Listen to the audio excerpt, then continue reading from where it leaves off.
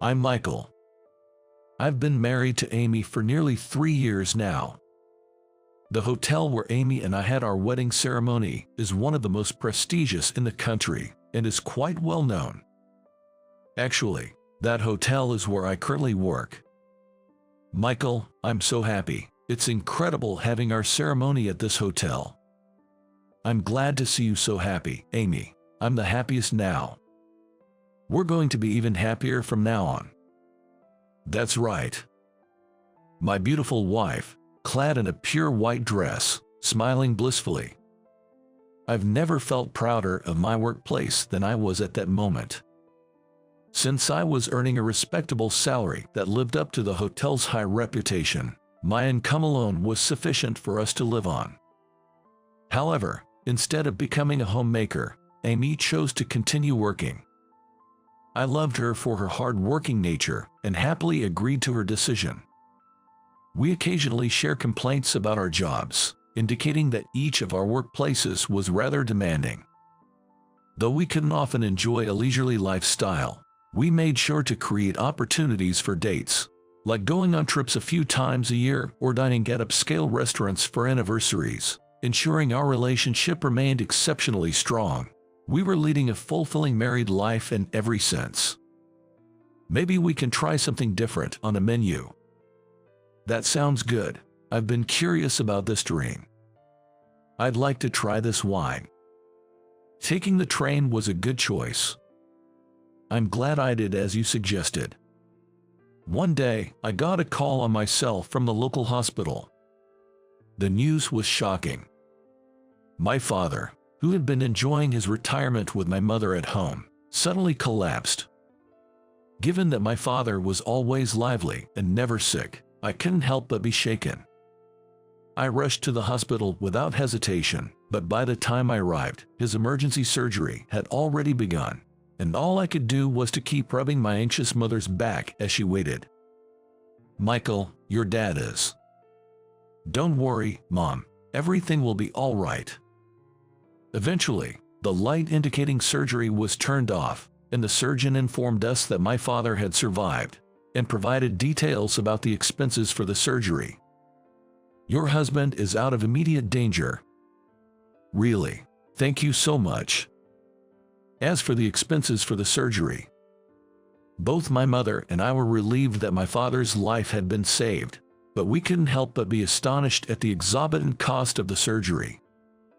The total amount was an astonishing $100,000. I desperately researched whether insurance would cover it, but considering my father's income and age, along with the high difficulty of the surgery, which was deemed a miracle if successful, this amount seemed reasonable. Michael, what should we do? It's all right. I can handle it. But no worries. I do have a high income. You might not see it, though. $100,000 is just excessively high. Naturally, it was impossible to cover the costs with my parents' pension, so I had to take out loans to manage the expenses. Damn, our savings won't even come close to covering this. Even for a couple like us with slightly higher than average income, it was clear that a significant effort would be required to pay off the entire amount. Amy, I'm sorry. Our lives are going to become more challenging. This is nobody's fault, and certainly not yours. I just hope your father recovers soon. Amy, thank you. I'm always being helped by you. Don't say that. It's just what we do for each other as a couple. Thanks to Amy's income, we were managing to get by, but with the added burden of debt repayment, we could no longer afford the comfortable lifestyle we once enjoyed. Both Amy and I had to dedicate even more of our physical and mental energy, as well as time, to our jobs, leading to days overwhelmed by work. Naturally, finding time to spend together as a couple became increasingly difficult. Amy, you know. What's wrong? Nothing. Just don't work too hard, okay? Thanks, you too. Although I couldn't help but worry about Amy, who used to enjoy traveling and dining at upscale restaurants more than I did. I couldn't bring myself to discuss the matter with her directly. I immediately regretted it. This was because the continuous overtime had made me so busy that, even though I wanted to express my concerns to Amy, I simply couldn't find the time. The same went for Amy. Our time for conversations was increasingly taken away. One day, I was on a business trip at a hotel different from the one I usually work at. The work there involved the usual front desk duties, and since I had occasionally visited that hotel before, I was able to perform my tasks even more smoothly. Being a famous hotel, it was always bustling with guests. The clientele was quite diverse, and the lobby is bustling with a significant number of people, ranging from those about to check in to those who have just checked out. Then, I noticed a familiar-looking woman walking with an unfamiliar man in a suit. To my surprise, the woman was Amy. Amy took a seat on one of the many chairs in the lobby, with a bright smile on her face. It was a relaxed smile, one that even I hadn't seen in a long time. Feeling puzzled, I discreetly eavesdropped on their conversation. Due to my job, I had become skilled at picking out specific, quiet sounds even in noisy environments. This was because, as a front desk attendant, I needed to distinguish between the voices of various guests. This hotel, my husband and I often used to come here, so I'm really happy to be able to visit that restaurant again. I'm also happy to be enjoying the meal with you. Thank you. Unfortunately, my suspicions only grew stronger. In fact, the suspicion that Amy might be cheating had become almost a certainty in my mind. We promised to support each other through tough times, and yet, of all places, she comes to this hotel with another man. The man gave Amy a casual wave and then walked towards the front desk, his steps soft on the plush carpet. Due to my job, I also could understand a person's character by their walk and gestures. That man appeared somewhat rough and struck me as cunning. He definitely didn't seem like the type of person Amy would choose as a friend. Do you have any double rooms available? I'd like to stay with my girlfriend. Please wait a moment. You look kind of dull. You're jealous because she's beautiful. While operating the touchpad, I felt a strong disappointment, almost certain that Amy was cheating. Indeed, we hadn't had much time together, but I never thought Amy would be the kind of woman to betray me. My love for Amy was genuine, which only intensified the anger I felt. I wanted to confront both the man and Amy immediately. Bearing my anger with a smile, I informed the man that a room was available. Due to our hotel's policy, we require emergency contact details and addresses from guests without reservations. Could you please fill them out on this form? No problem. There you go. Is this okay? We're currently running a promotion exclusively for first-time guests. If your family visits within a year, you'll receive one complimentary course from the menu of our on-site restaurant. Well, sounds nice. I'd like to take advantage of that. I see. Then please fill out your family's home address and their phone numbers on this form. The promotion I mentioned was a complete fabrication, concocted on the spot. Without suspicion, the man easily provided his family's home address and phone numbers. Here is your room key card. Our staff will bring your luggage shortly. Please enjoy your stay. Thank you. Once the man and Amy were out of sight, I retreated to the back office. I immediately called Amy. Surprisingly, Amy answered the phone almost immediately, like at the second ring. Hello, what's the sudden call about? Where are you right now? I'm at home, now. All right, see you later. Wait, what do you mean by later? I hung up and headed to their room with my belongings. Amy, I never forgive you. I'll send both of you to hell myself. After watching the two enter the room, I immediately used the front desk system to lock the room. I had unlocked the room just before they entered and locked it the moment they were inside.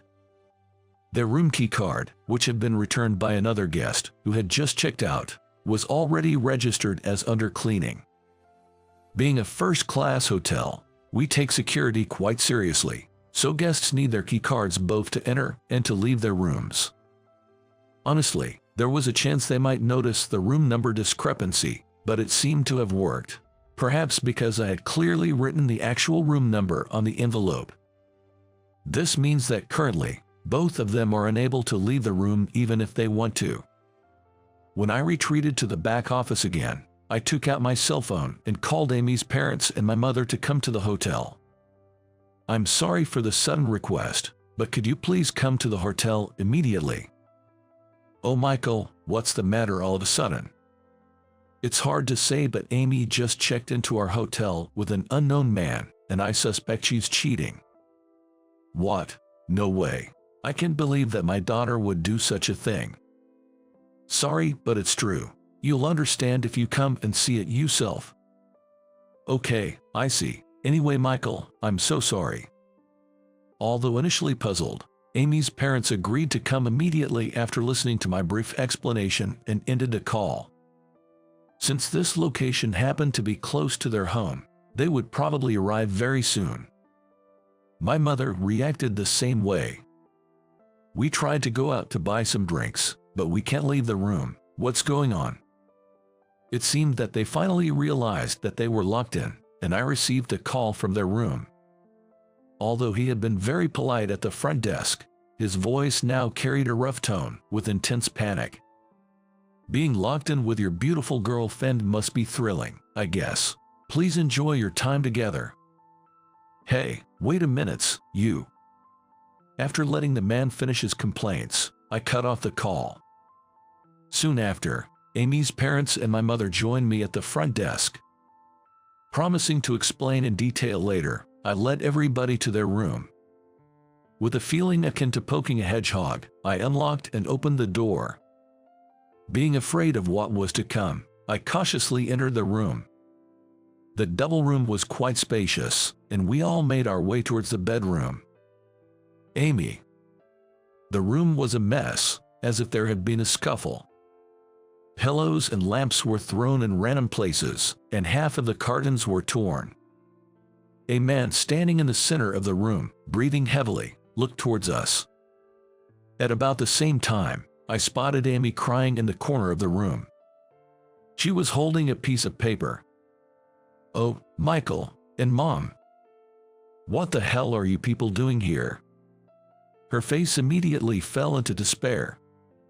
Seeing her grievous expression, I felt somewhat strange. I assumed that Amy and the man were getting cozy together at this moment. But looking at the situation, it seems as if Amy was desperately resisting.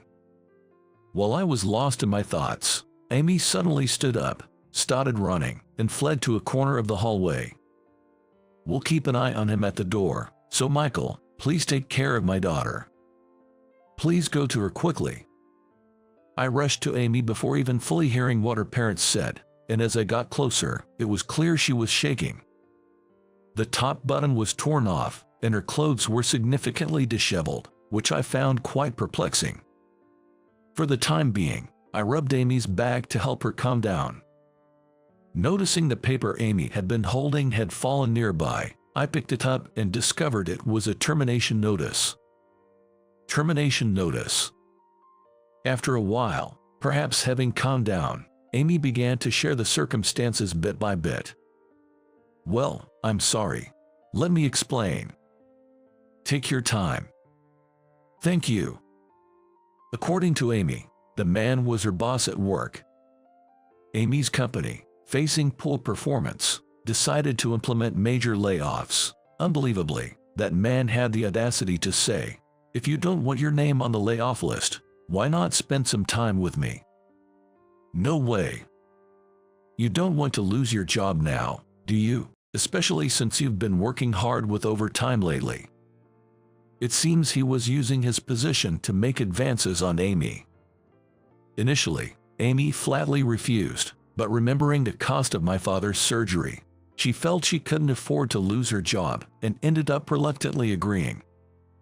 However, Amy apparently hadn't anticipated that her boss's idea of spending time together had physical intentions, and before she knew it, she was pushed into a room, completely taken aback. Amy desperately tried to escape using the key card, but when she realized it wouldn't unlock the door, and to add to the chaos, her boss began causing a commotion, realizing that the situation was far from being flirtatious.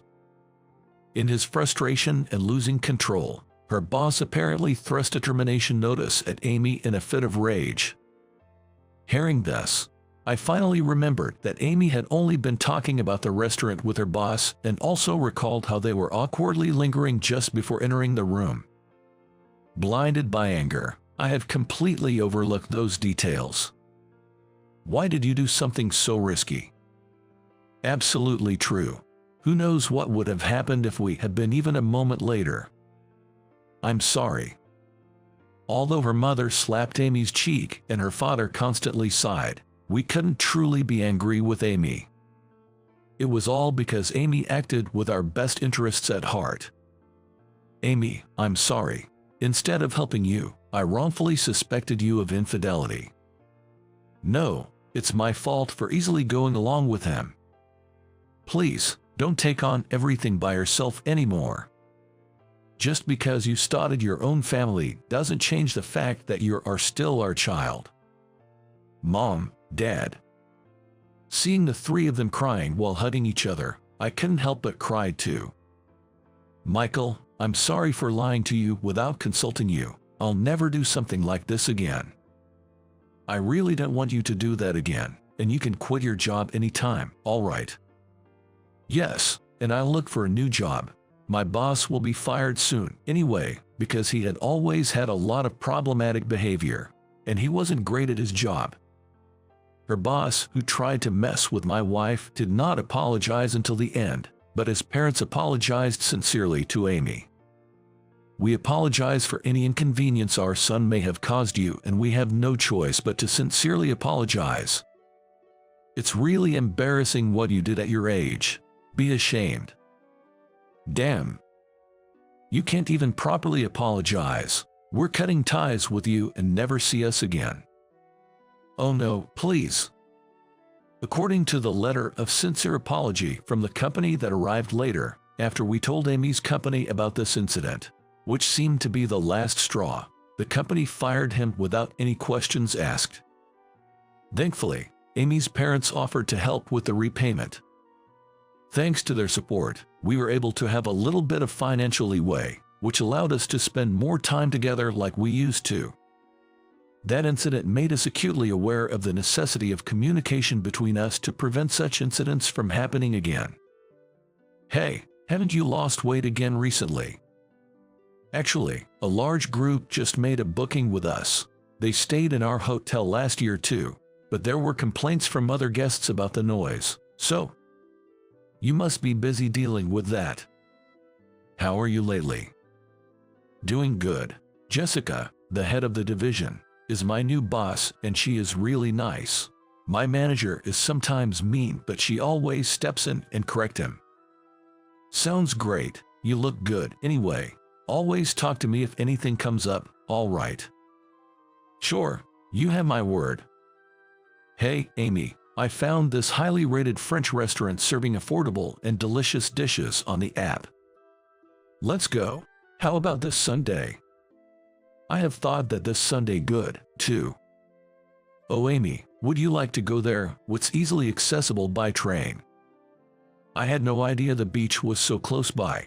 Shall we make it a day trip?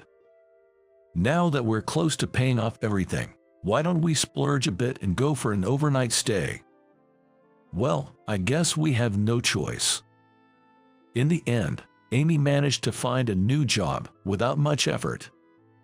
As things started moving in a positive direction in all aspects, Amy and I once again made a firm promise to stick together. Let's make sure we didn't keep any secrets from each other from now on. Of course, let's continue to live happily together forever.